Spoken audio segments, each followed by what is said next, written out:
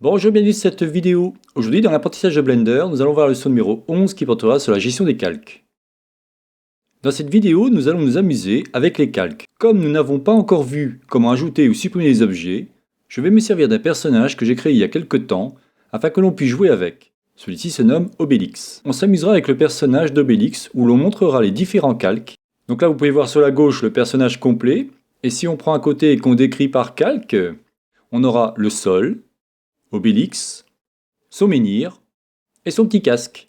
Donc sans plus attendre, regardons cela sur Blender. Donc nous voici sur Blender. Donc là vous voyez on a le personnage. Et ici vous voyez on a des petits points qui apparaissent à chaque fois que je vais mettre un objet ou un élément dans mon calque. Regardez par exemple si je vais ici, celui-ci est complètement vide. Si je fais Shift A et je ajoute par exemple un cube, automatiquement oui, j'ai un point qui apparaît. Donc je vais dans un calque vide. Alors il faut savoir que vous avez droit à 20 calques. Donc je vais aller dans un calque vide, et par exemple je vais, donc Shift A, et je vais dire par exemple, je crée un cube, tout simplement. Ce cube-là, je le sélectionne avec le bouton gauche de ma souris. Alors avant, j'ai oublié quelque chose. Donc je viens de mettre en place le plugin Screencast, qui me permet, donc, comme je vous disais la dernière fois, de pouvoir, quand je clique sur ma souris, d'avoir à la fois les éléments de ma souris, les événements de ma souris, pardon, et les touches de mon clavier. Si je clique sur mon cube, bouton droit de ma souris, et que j'appuie sur M va me permettre de tout simplement déplacer mon élément dans un calque. Donc par exemple, vous voyez, je vais le mettre, on va dire ici. Et si je reviens au niveau de mon calque, je me retrouve maintenant avec le cube qui est carrément empiété au niveau d'Obélix. Bon, pas terrible, hein. Donc là, on va le mettre ailleurs. Donc on va le dire par exemple ici.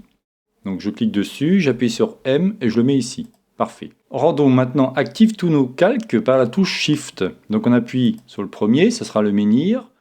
Avec touche Shift enfoncé, on appuie sur le deuxième, ce sera donc Obélix. Si on appuie sur le troisième, ça sera son petit casque. Et le quatrième, on aura le plan. Donc vous l'aurez compris, les calques vont permettre de tout simplement décorréler tous nos éléments. J'aurais pu mettre, admettons, la ceinture, j'aurais pu mettre les chaussures.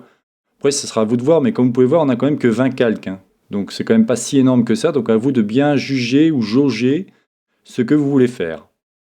Voilà, donc je n'en dirai pas plus sur cette vidéo. C'était une vidéo assez courte, je vous l'accorde, mais la gestion des calques est assez rapide à comprendre et à appréhender. Rappelez-vous simplement que la touche Shift va permettre d'ajouter vos différents calques et la touche M va permettre d'ajouter un objet dans un calque ou même plusieurs objets, hein. Il n'y a aucun souci à ce niveau-là. C'était donc la chaîne Savoir pour tous, réalisée par Jean-Michel. Si vous avez aimé cette vidéo, n'oubliez pas de liker ou tout simplement vous abonner à ma chaîne. N'hésitez pas à me faire des commentaires, je me ferai un plaisir de vous répondre. Voilà, écoutez, je vous souhaite une bonne journée et à la prochaine vidéo. Bye bye.